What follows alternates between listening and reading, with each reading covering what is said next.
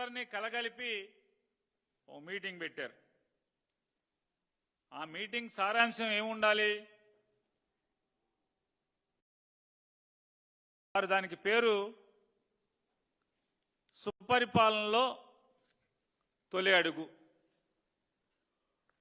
సుపరిపాలనలో తొలి అడుగు, ఆకాంక్షల నుండి అభివృద్ధి దిశగా అనేటువంటి ఫ్రంట్ పేజీ పెట్టుకుని యథావిధిగా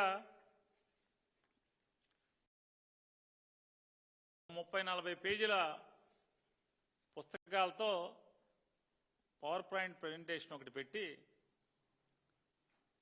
పేరుకేమో ఇది పుస్తకం, ఈ సంవత్సర కాలంలో వారిదొక గొప్ప పరిపాలన, మంచి పరిపాలన, మంచి ప్రభుత్వం అంట తొలి అడుగు పడిందంట.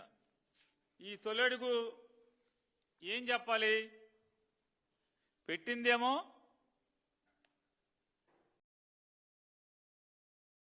మొదటి సంవత్సరం పండగ. ఈ సంవత్సర కాలంలో వారు ఎన్నికలకు వెళ్ళినప్పుడు ఈ రాష్ట్ర ప్రజలకి ఏమేమి హామీలు ఇచ్చారు, వారికి ఏమేమి ప్రమాణాలు చేశారు, ఎంతవరకు వాటిని ఎంత చిత్తశుద్ధిగా అమలు చేశారు, మాట నిలుపుకున్నారు, చెప్పినవి కాకుండా చెప్పనివి ఏం చేశారు, ఈ రాష్ట్రాన్ని అభివృద్ధి పదంలో శ్రీహరికోటలో వదిలిన రాకెట్ కంటే శరవేగంగా ఎంత ఆకాశానికి ఎత్తుకు దూసుకెళ్లారు, ఇలాంటివన్నీ చెబుతారేమో అనుకుని తెలుగుదేశం పార్టీ కార్యకర్తలందరూ కూడా అనుకున్నారు. ఏంటయా అంటే మీటింగ్ పెట్టి ఇలా ముగ్గురు కలిసి యథావిధిగా చంద్రబాబు నాయుడు గారు 420 అబద్ధాలు చెప్తే ఆయన కొడుకు 840 అబద్ధాలు చెప్పాడు ఈ మీటింగ్లో. చంద్రబాబు నాయుడు గారు యథావిధిగా అలవాటు ప్రకారం 420 అబద్ధాలు చెప్తే కొడుకు లోకేష్ గారు 840 అబద్ధాలు చెప్పాడు. ఇంక మూడో ఆయన అయితే ఆయన రవితేజ గారి సినిమా ఏదో ఒకటి వచ్చింది, ఆయనకి హీరోకి కళ్ళు కనపడవు, ఏది కనపడినా ఏమో సార్ నాకు కనపడదాం అంటాడు. అట్ట పవన్ కళ్యాణ్ గారు ఏదైనా సరే ఏమో సార్ నాకు కనపడదు, అంతా జగన్మోహన్ రెడ్డి కనపడుతున్నాడు అంటే మీటింగ్ చెప్తాడు ఆయన. ఇలా ముగ్గురు కలిసి ఏంటయ్యా అంటే సొంత డబ్బా జగన్మోహన్ రెడ్డి గారిని బూతులు తిడతాం, జగన్ గారి వ్యక్తిత్వ హననం వీళ్ళ సొంత డబ్బా. ఈ డబ్బా కొట్టుడికి మొత్తం ఎంత ఖర్చు అయిందయ్యా అంటే కోట్ల రూపాయలు ఖర్చు పెట్టారు. వాళ్ళు ఈ మీటింగ్కి వచ్చినటువంటి ఈ 100 మందో వీళ్ళ స్నాక్స్కే లక్షల్లో ఖర్చు అయిపోయిందని చెప్తున్నారు సచివాలయ ఉద్యోగులు. నిన్న సచివాలయానికి వెళ్తే ఇక దాంట్లో మొదలుపెట్టి వీళ్ళు ఏం చెప్తారంటే 2 భాగాలు వేశారు, ఇటో పక్క. బోని మొదలు పెడతాం. మొదటి పేజీ మిస్ గవర్నెన్స్ నుంచి ఏ హిస్టారిక్ మ్యాండేట్ అంటే జగన్మోహన్ రెడ్డి గారు మాదేమో మిస్ గవర్నెన్స్ అంట, దాని నుంచి చారిత్రాత్మకమైనటువంటి ప్రజా తీర్పుకి వీళ్ళు తెరదీశారంట. ఈ డబ్బాల్లో కొట్టుకుంటూ జూన్ 4న unpredicted result in the country, దేశం మొత్తం మీద ఊహించని గెలుపు, 94% strike rate, mandate reflects the people's hope on NDA alliance. ఇక భగవంతుడు తెలియాలి ఎన్డీఏ అలయన్సా ఇది చంద్రబాబు నాయుడు పచ్చి తెలుగుదేశం పార్టీ ప్రభుత్వమా, లేదు నిజంగా భారతీయ జనతా పార్టీ జనసేన పార్టీకి కూడా దీంట్లో భాగస్వామ్యం ఉందా లేదా అనేది ఇక భగవంతుడికి తెలవాలి, జనసేన కార్యకర్తలకి భారతీయ జనతా పార్టీ కార్యకర్తలకు తెలవాలి. Super 6 and election manifesto played a key role in the people's verdict. ప్రజా తీర్పులో సూపర్ 6 అనేది ఎలక్షన్ మేనిఫెస్టో, ఈ రెండు కూడా ప్రజా తీర్పుని ప్రభావితం చేయడంలో అద్భుతంగా పనిచేసి తద్వారా వీళ్ళు వచ్చేసామని చెప్తున్నారు. ఏంటయ్యా అంటే దాంట్లో చెప్తారు అన్ని అసత్యాలు. నీతి ఆయోగ్ 2019 నుంచి 24 దాకా అంటే జగన్మోహన్ రెడ్డి గారి పరిపాలన వరకు డేట్లు వేసి నీతి ఆయోగ్ చాలా అలార్మింగ్ ఫిజికల్ డెఫిసిట్స్ ఉన్నాయని చెప్పిందంట. అలాగే 2022-23 స్కోర్డ్ 0 ఆన్ డెట్ సస్టైనబిలిటీ, అంటే అప్పు తీసుకుంటాకి లేదా అప్పు వాయిదా చెల్లింపుకి కూడా స్తోమత లేని పరిస్థితిలోకి 2022-23లో వచ్చింది. అంటే జగన్మోహన్ రెడ్డి గారి ప్రభుత్వం ఏమో పైన వేస్తారు 2019 నుంచి 24 దాకా, కానీ ఇక్కడ రాసేప్పుడేమో 2022 నుంచి 23 దాకా అని రాస్తాడు.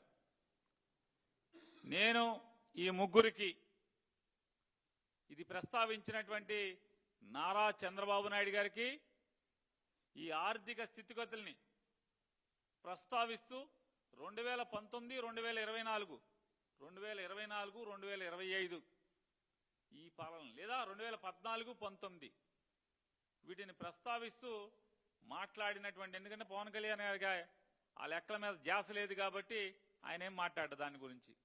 ఇది మాట్లాడినటువంటి నారా చంద్రబాబు నాయుడు గారు, నారా లోకేష్ నాయుడు గారికి నేను ఛాలెంజ్ చేస్తున్నాను. మీరు ఇటువంటి తప్పుడు రాతలు రాసి తప్పుడు మాటలు మీ మీటింగ్లో మాట్లాడి మీకు ఎదురు కూర్చున్నాడు ఎవడు కూడా ఒక్కడు కూడా ఎదురు ప్రశ్న మిమ్మల్ని వేయని వారిని కూర్చోబెట్టుకుని ఈ ఊకదంపుడు ఉపన్యాసం చెప్పి ఇట్లాంటి తప్పుడు రాతలు రాసే కంటే మేము మిమ్మల్ని ఛాలెంజ్ చేస్తున్నా. 2014-19 లేదా 2019-24 లేదా 2024-2025 ఈ సంవత్సరానికి గాను డెట్ సస్టైనబిలిటీ ఏంటి, ఎవడి ప్రతాపం ఏంటి, ఎవడి స్థితిగతులేంటి, మా పరిస్థితి ఏంటి, లేదా మీ డొల్లతనమా, లేదా మాది డొల్లతనమా, మీది గొప్పతనమా ఛాలెంజ్ చేస్తున్నాం. చంద్రబాబు నాయుడు గారు వస్తారా, లోకేష్ నాయుడు గారు వస్తారా, చర్చకి రండి. మీరు ఒక సంవత్సరానికి ఈ ఒక సంవత్సరంలో పాపం ఎవరిది, మీది. 2014-19 మధ్యలో పరిమితులకు మించి పరిమితులు దాటి హద్దు లేకుండా చేసిన అప్పుని సరిదిద్దే క్రమంలో చేసినటువంటి నెట్ బారోయింగ్ సీలింగ్ అంటే రిడక్షన్ ఫ్రమ్ ఎన్బిసి ఒక సర్దుబాటు మూలంగా మీరు చేసినటువంటి పాపాల్లో ఉన్నటువంటి 17,000 కోట్ల రూపాయలని పరిమితికి మించి చేసిన అప్పుని 2022-23లో సర్దుబాటు చేయటం వల్ల అప్పు తీసుకునేటువంటి వెసులుబాటు సన్నగిల్లింది తప్పితే ఏ రోజు కూడా ప్రభుత్వం నుంచి చెల్లింపులు చెల్లించడంలో కానీ లేదా రాష్ట్ర ఆర్థిక పరపతి సన్నగిల్లటం కానీ జగన్మోహన్ రెడ్డి గారు ఎప్పుడూ కూడా మీ ప్రభుత్వం కంటే ఆర్థిక స్థితిగతి మెరుగుగానే పరిపాలన చేశాడు. మీకంటే కుర్రవాడు, మీకంటే అనుభవంలో తక్కువవాడైనప్పటికీ కూడా ఆర్థిక స్థితిగతులు, ఫిస్కల్ డిసిప్లిన్, ఆర్థిక క్రమశిక్షణ పాటించడంలో ఈ రాష్ట్రాన్ని ఆర్థిక పరిస్థితుల దృష్ట్యా లేదా ఆర్థికంగా నిలబెట్టడంలో ప్రత్యక్ష పన్నుల వసూళ్లలో కానీ లేదా బ్యాంకులకి ప్రభుత్వం జమ చేయాల్సినటువంటి చెల్లింపుల్లో కానీ ప్రతి దాంట్లో జీడిపి తీసుకున్నా ఏది తీసుకున్నా కూడా మీ ప్రభుత్వం కంటే మీ 6 ఏళ్ల ప్రభుత్వంతో పోల్చుకుని మా 5 ఏళ్ల ప్రభుత్వం మీరు 14-19 లేదా 24-25 లేదా జగన్మోహన్ రెడ్డి గారి యొక్క 19-24 మధ్య ఈ 6 ఏళ్ళ లేకపోతే ఆ 5 ఏళ్ళు ఈ 5 ఏళ్ళ 6 ఏళ్ళు 5 ఏళ్ళ మీ ఇష్టం